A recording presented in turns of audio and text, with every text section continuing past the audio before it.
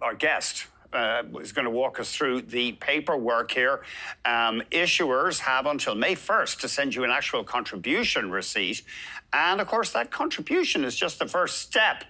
Sometimes people don't make a decision what to do with the money once it's in the plan. Let's get more from Nicole Ewing, Principal of the Wealth Planning Office at TD Wealth. Nicole, great to see you. Thanks very much indeed. Oh, thanks for having me on. You're here with a timely reminder. Get the money in by Monday or on Monday at the latest. Well, and I love what you mentioned there about that's only the first step. So we get that contribution in, but we really want to think about making sure that it's invested appropriately so that you're maximizing that opportunity for that compounding growth over the long term. So that should be part of your overall plan, making sure that, yes, the money is in on time by the deadline, but also that you are then making it work for you within your RRSP. Yeah, because often I've read this, that people say, well, we'll just leave the money sit there for a while in personal planning, and then they forget about it. Human inertia takes over. Well, that's it. And we want to be, actively looking at, this is a great time of year to be doing it. We're already turning our mind to it. So let's make sure that we've looked at that through, with intentionality to make sure that's there. Also making sure that you know exactly what you've contributed. People make mistakes sometimes thinking that maybe I put it in, maybe I didn't. And as you mentioned, those forms don't come in until May 1st. So making sure you know exactly what you're dealing with will allow you to make better decisions for yourself and for your family, your spouse as well. That's a really important thing to think about, is making sure that you're optimizing the opportunity that you have with your spouse to see what your retirement planning will be. So when you're deciding how much to be putting into your RRSP, whether to be putting that into your spouse's RRSP, perhaps instead of your own, there's some opportunities for planning there as well. Remind us, say you're the higher earning one and your spouse, your partner, is in a lower bracket. Is it very straight, if they already have an RRSP, is it very straightforward? You just say, well, I'm contributing this money, but denote it as going into the spouse's RRSP? Yeah, there's different ways of doing it. So you could have a spousal RRSP, but essentially you're contributing. They're the annuitant of their plan, and you're the contributor. So you're using your own contribution room. You are the one who's able to use that against your income. So you can use that to deduct against your income to reduce your limit. But then that funds are going to grow in your spouse's account, tax-free for their retirement. Now, why would you want to do this? Really, we're looking here at different marginal rates. If all of the income is being earned now in one spouse's hands, they're probably paying tax at the highest marginal rate. That may also be true come retirement time.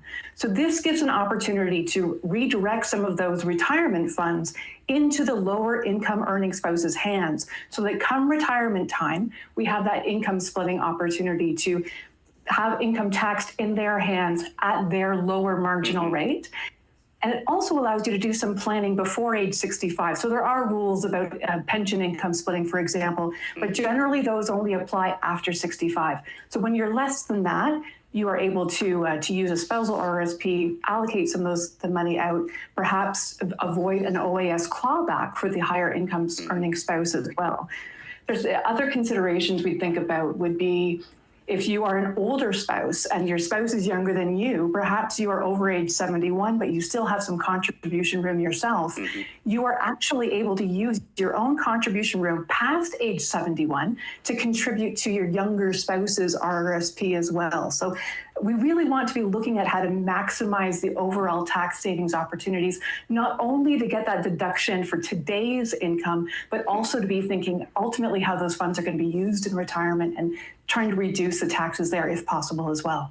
Now, I don't want to bog us down, Nicole. Usually, though, you'd need to set up an actual spousal RRSP. Say your partner had their own RRSP. Can you do a contribution directly into their RRSP? Well, I'd just be cautious, making sure that you're not work with your financial institution and make sure that you're doing that effectively, because we wouldn't want, for example, for there to be some slip up in the paperwork. So making sure that you know exactly what account the funds are going into, and that is quite intentional. And there's rules as well about whether the funds can come out. So if those are coming out within an earlier period of time, we want to make sure, like less than 3 years, that can get a little bit funky and have that taxed in your hands as well. So I would work very closely with the financial institution where you have your plan. You can have more than one RRSP. If a spouse has an RRSP, you can have a separate spousal RRSP set up as well. So I would work with your institution to determine what the best way is for you. Now, if you start getting a pension at 65 or older, but your income's still higher than your partner, you can split the pension, can you? Yeah, after age 65, there's certain rules that would apply that would allow you to split that income between spouses, but where the RRSP contribution into the spouse's account will allow you to do that before age 65. So you can use both sets of rules. There's other rules that apply as well to government benefits that you'd be receiving. Those are a separate set of rules. So we want to be really careful about how we're doing this, but it does create some opportunities. Right, and both spouses don't have to be 65 though for the pension splitting. So it depends. Okay.